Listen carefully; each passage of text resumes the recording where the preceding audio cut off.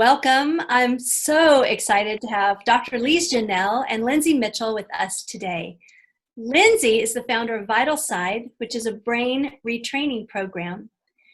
Today, we're going to be talking about the acute trauma and the impact that it has on the body and why it's just so important to address this bodily stress. And so we have special guest, Dr. Lise Janelle of the Heart Center in Toronto, Ontario, Canada, and she's the creator of the Heart Freedom Method. She's going to be talking to us and giving us some of her pearls of wisdom. And Lindsay Mitchell is the founder of Vital Side, and it's, as I mentioned, a brain retraining program, and she's working with a lot of people who have chronic illnesses.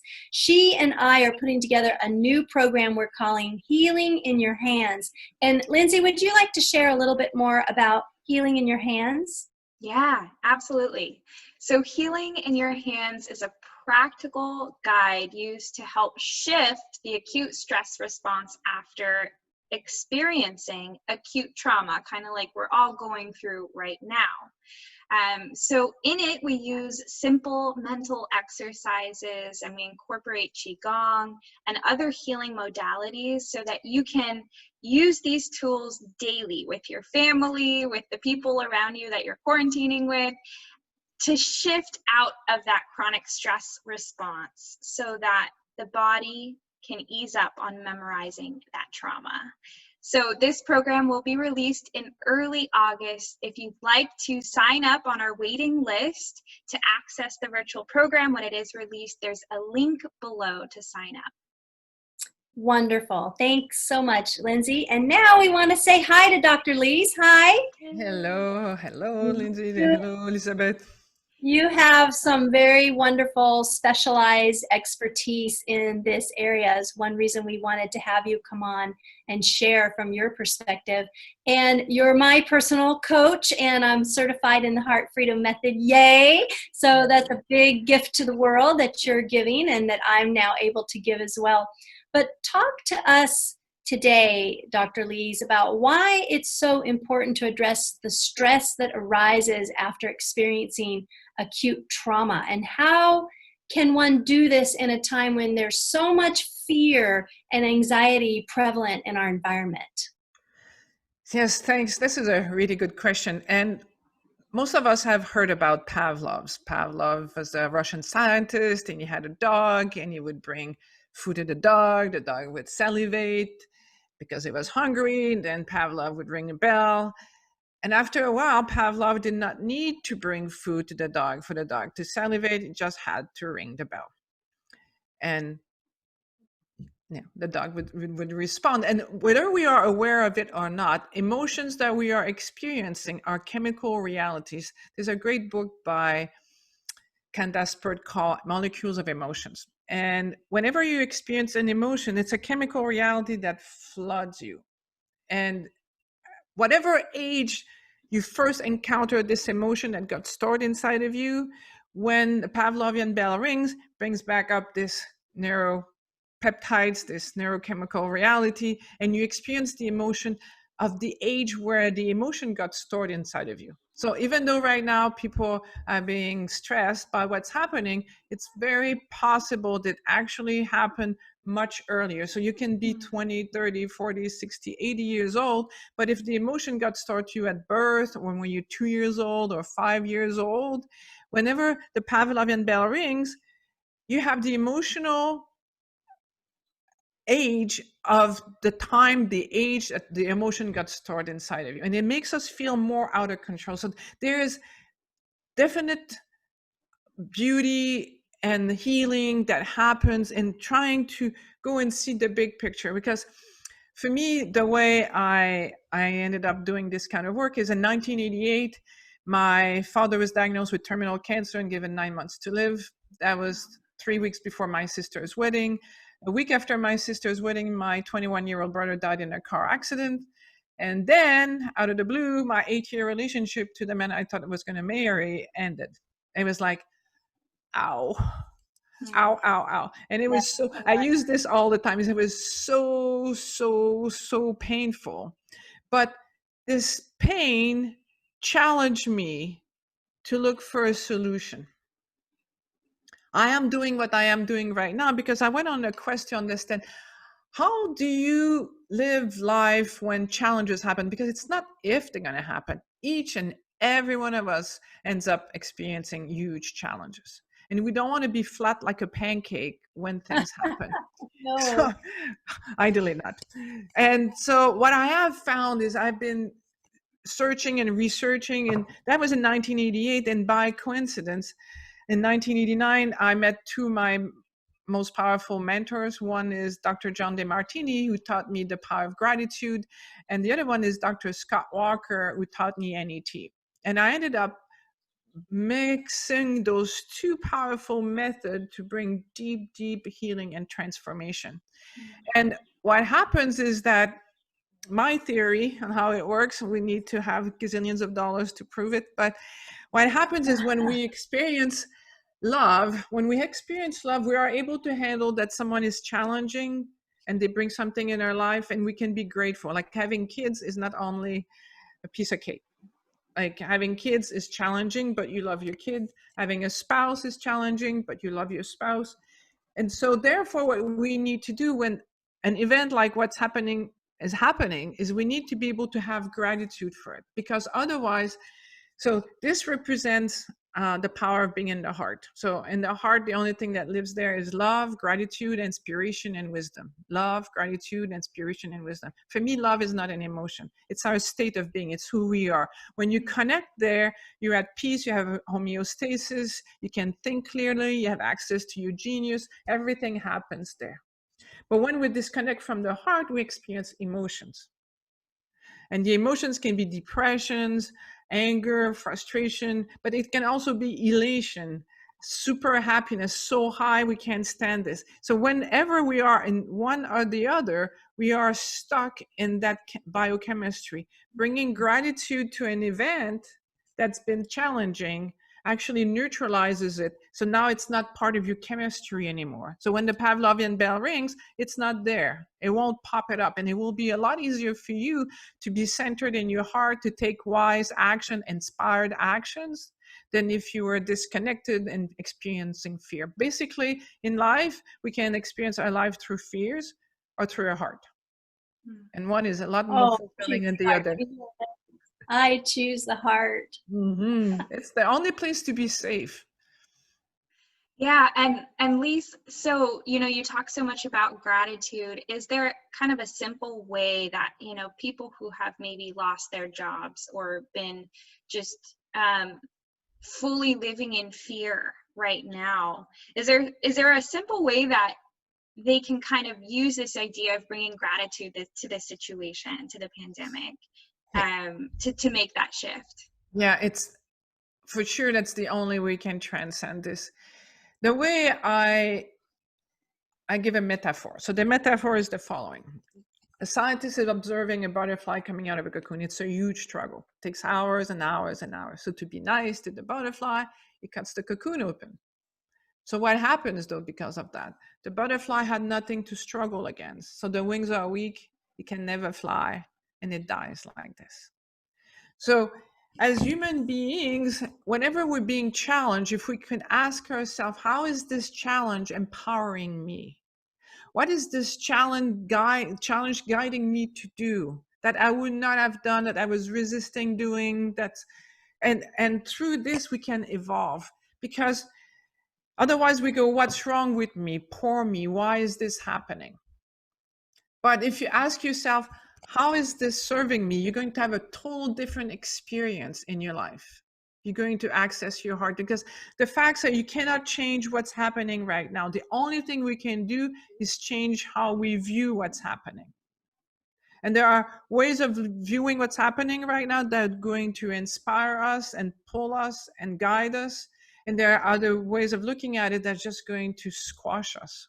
Like, I'm not, as you heard me, this didn't start this quest because I read about it in a book. Like, I got flattened.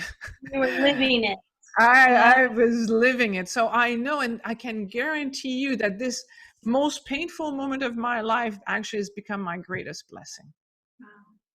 So no matter what you are experiencing right now, use this time wisely. Go within, ask yourself, what's my purpose in life? How can I organize myself? What kind of course can I take right now? Can I upgrade my CV? You know, like, what are the things? And it's interesting because I used to have a monthly segment on a TV show not far from here. And the last time I was there, I could sense it was around 2008 and the economy was not going so well. And they were asking me about that. And I said, you know, the worst thing you can do is if you're in a business and you just reach status quo and you stop learning. You should always make sure that you upgrade your skills, that you keep, you know, abreast of what's going on, because we never know what's going to happen. Like, we in North America have been used to living like la la la la la. Every day is going to wake up with the same thing's going to happen. People will learn with September 11. That was, you know, I was a chiropractor back then, and people, that was the shocking thing for them. It was not as much, yeah, they were sad that people had died, but it's like, what do you mean that life can be interrupted? And so again, if we don't learn from the challenges, we just go back into complacence, and we don't make sure that we can adapt to whatever is happening. So often right now, the thing you can do is recycle yourself. Like, what are the things my heart has been calling me to do, but I haven't been doing because I was comfy in my job, thinking like I was safe. I didn't want to lose my health package and my vacation, so I stayed there. But now I have no choice. And by challenging yourself, you're going to attract support. This is, I love this because we're part of the TLC, the people who did the movie The Secret. And this is, to me, the true law of attraction. Ta-da! Challenge yourself to do what your heart wants you to do, attract support and happiness. Stay in your comfort zone because it's easy, attract challenges. Nobody experiences more challenges than pleasure. We all experience it. And the way to not having to experience pain is challenge yourself. Keep growing, keep expanding. Because otherwise, if you don't challenge yourself, then if you stay in your comfort zone, then you're going to weaken. Your wings are going to get weak and you won't be able to fly wherever you want to fly. Yeah. And again, you know, my background, I grew up super poor. We had no money, like no money. And I moved from my small town. I didn't speak English. I came to Toronto. I had to work 2 jobs. But when there's a will, there's a way. Right now, yes, it's challenging, and it's okay for us to feel sorry for ourselves for a while, but don't stay there too long. The way to neutralize the pain is to ask yourself, why would my soul that wants the best for me, why would it want me to have this experience? And use it to your advantage. Where is it guiding me? What is it getting me to do that I was refusing to do, even though I knew deep down I should be doing, but I was not doing it? Because this is not a punishment. What is happening is there to force you to grow. As the deepest spiritual experience I've ever had in my life, I was shown without words, and it was really cool. Like, people who have near-death experience will tell you, you know, you get to see these things and you're shown things. Well, I was shown that everything that ever happened, everything that is happening, that will ever happen, is there to help us learn to love ourselves and others and to grow in wisdom.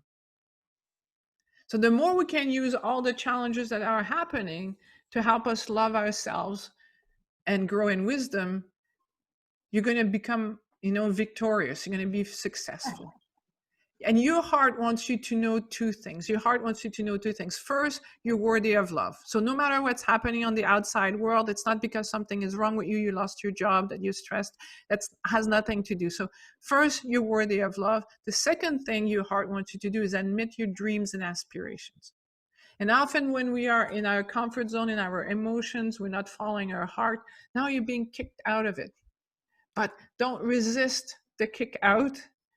Ask yourself, what is it my heart wants me to do? I'm going to admit what I've always wanted to do.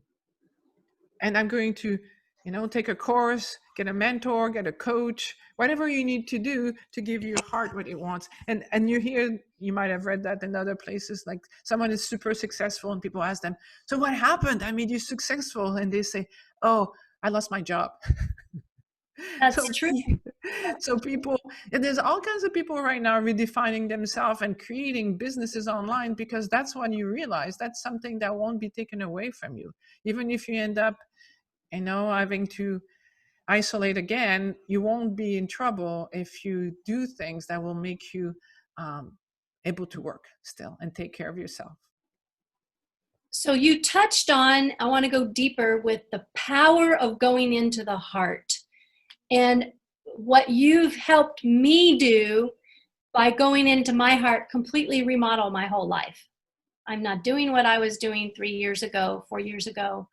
I'm doing things I've always, wished I could have done full time, but didn't think I could. And it's happening, and things are just, why does it work that way? It's like magic. I have to say, if someone calls me out of the blue, I want to work with you privately to learn Qigong out of the blue. It's like, how did you even hear about me? It's like total magic.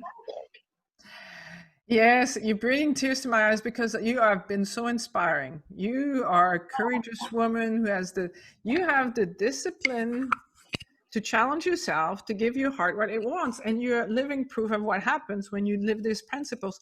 And it's interesting because I was having a session just before you, and we were talking about that it's important to stay connected to the heart because when you listen to the heart and you challenge yourself, it's like you're putting your finger in an electrical socket and you're putting your energy into the universal consciousness, and things That whole start coming. surge. Yeah, it just come towards you. And if you were doing the same thing, putting lots of energy, but it's not in line with your heart, you don't It get the doesn't results. But when you with the totally, struggle. when you put your finger in the love part and your heart part, then things starts to happen. It's magic. It's truly magic. I've been self-employed since I was 23 years old, and I never knew where, I don't know, I was a chiropractor and I'm a coach. I never knew where my patients and now where my clients are going to come from. But I just do my part. I trust because we are worthy of love. And if you challenge yourself, you do your part, then you're going to attract this. And that's one criticism that was from the movie The Secret, is like, you just have to sit and call and vision. Yeah, it's good. But you also have to challenge yourself so you can attract this in your life. So following the power of the heart, that's why all my work is based on the heart, because I see it. Like, we want to talk about mental illness. I've actually wrote a blog for Heaven on Earth, Martin Root. And I have this family of 4 that came to see me, and they've had amazing transformation. They've been working with me for 3 years now. They went from having no money, credit card debts, like not even able to have a credit card anymore, a lot of challenges. Within now 3 years later, they have a beautiful house, they have assets, they have all kinds of things, and they live like from the heart. They're loving beings, grateful, spiritually very stimulating, and they have a son who's schizophrenic. And when he first came to see me, I would say out of 10, he was like a 2 out of 10. And I'm very sensitive to energy. And it was actually really scary for me because when I spoke with him, it was like he was sitting in the back of his head, looking at me like a lizard, like from the reptilian brain, looking at me. And I felt his energy was so strong. It was like I was near a microwave oven. It was really challenging to me. So I couldn't help him. But I knew that, we're all energy, like Qigong and all that. That's why I know it works, is that if you look at a family unit, whoever is doing the work, you end up pulling the other people around. So I couldn't work with him because it was not possible. He was too sick. But I started working with the parents and with his sister. And his sister is becoming quite a famous artist, nominated for awards and things like this.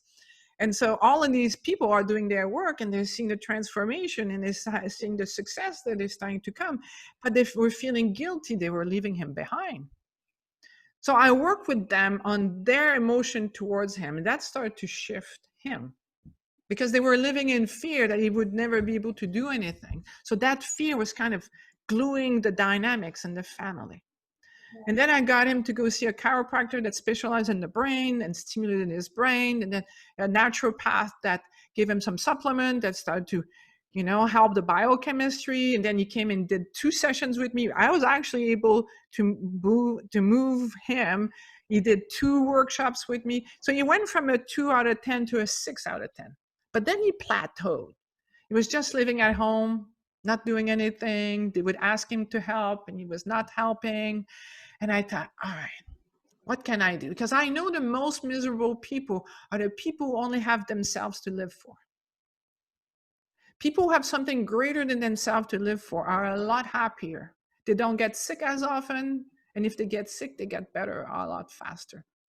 So in the heart lives love, gratitude, inspiration, and wisdom. I knew I couldn't access his wisdom.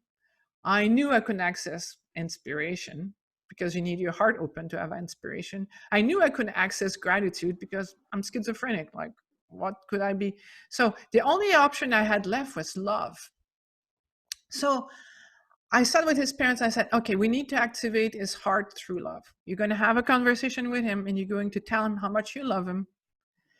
And what would be really nice for them is to feel how much he loves them. And it would have just to do little things for them without them having to ask for it. To do them not because they're asking, but because he wants to show that he loves them too. Well, did they latch on to that? They came back a month later and going like, you won't believe it. We come home at night, he's made dinner sometimes, or he's cleaned the house. He went to IKEA by himself. He went to help, the father paint. He did all kinds of things. It was like, he went from the 6 where he was stuck to an 8. Now he's an 8. And even last week, he found an apartment and moved out. It was like, wow. Amazing. And that's the power of living from the heart. When you come from the heart, it gives you courage. It gives you strength. It's like my mother, she was living with this, her partner. He was like 85 years old, and he had surgery, and he was not feeling so good. And she was taking care of him. So I asked, Mom, how are you doing? And she said, oh, I'm having help. People come. And he was a proud man. He didn't like, hearing that she needed help because of him. And while I'm speaking with him, he picks up his shovel, and she goes, where are you going? He says, I'm going to take the ice out of the balcony at the back. She says, you can't do that. You're not strong enough. He says, it's not strength I need, it's heart. Oh. And it was priceless, but perfect. When you come from the heart, the power of living from the heart will give you courage. I love the word courage, has the French word cœur in it. And when you live with courage, and when you live with clarity of what you want to manifest, you can have it. You just need courage, discipline, challenge yourself, and you'll attract happiness. Yeah. Thank you so much for sharing that, Dr. Lise. You're welcome. So as you can see, our program is going to be really instrumental in helping you downregulate the stress, and we'll be talking about some of the principles that Lise has explored with us today in more detail. But you can find her at drlisejanelle.com. We got a link below in the remarks. And Lindsay and I both would like to welcome you to learn more about Healing is in Your Hands. Healing in Your Hands. And so the link for that is down below as well if you want to visit that website and get on the waiting list and learn more about what we're going to be bringing to you to help you manage this time with love, wisdom, inspiration, and gratitude. Yes, and that's such a beautiful way to frame everything. So learn more at our website. Thanks so much, Dr. Lise, for being with us. Thank you. Thank you for having me. To my partner, Lindsay, who's using her creative genius to bring a great platform to us all. Thank you.